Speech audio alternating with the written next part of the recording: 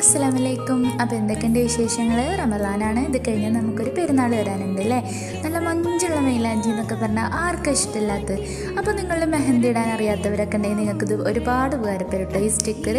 അതുപോലെ നിങ്ങളുടെ ഫ്രണ്ട്സിനോ നിങ്ങളുടെ റിലേറ്റീവ്സിനോ ആർക്കെങ്കിലുമൊക്കെ മെഹന്തി ഇടാൻ ഇഷ്ടമുണ്ടായിട്ട് അറിയാനിടാത്തവരുണ്ടാവില്ലേ, അവർക്കൊക്കെ ഉണ്ടെങ്കിൽ ഒന്ന് വീഡിയോ ഷെയർ ചെയ്യുക, നമ്മളെ സപ്പോർട്ട് ചെയ്യുക. വേണ്ടവർ നമ്മളെ യൂട്യൂബ് ചാനൽ കമൻറ്റ് ചെയ്യുക കേട്ടോ.